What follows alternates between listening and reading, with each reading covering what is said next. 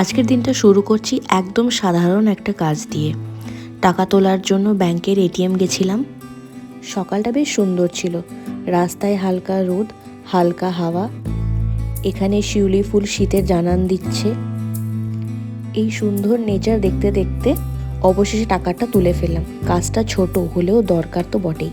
এসে আমি এখানে লাঞ্চ করে নিচ্ছি। আজ লাঞ্চে ছিল লুচি আর আলুর দম। আমার তো সেই লাগে লুচি আলুর দম খেতে। বিকালের দিকে ভাবলাম একটু বাইরে যাই, তাই সবাই মিলে বেরিয়ে পড়লাম মেলায়। মেলায় ঢুকেই চারিদিকে রং বেরঙের আলো, মানুষের ভিড় আর নানা রকমের দোকান।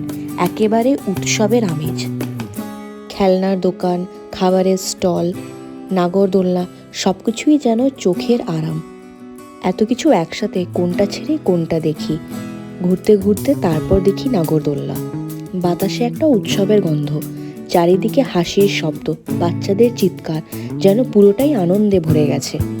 তোমাদের কার কার নাগরদোলা উঠতে ভাল লাগে আমাকে কিন্তু নিশ্চয়ই কমেন্টে জানিও। মেলায় আরও অনেক কিছু ছিল, ছোট সার্কাস, ঝুলন দোলনা, আর পুরনো দিনের সেই চাকার ঘোড়াও।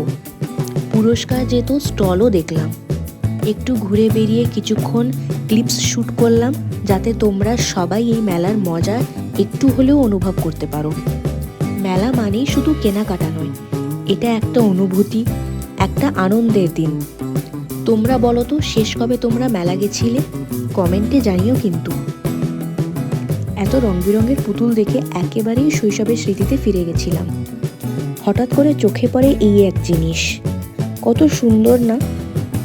আমি ঘুরে ফিরে এই স্টলের ধারে কাছেই ঘুরছিলাম। এত সুন্দর জিনিস একেবারে আমার চোখ কেড়ে নিয়েছে।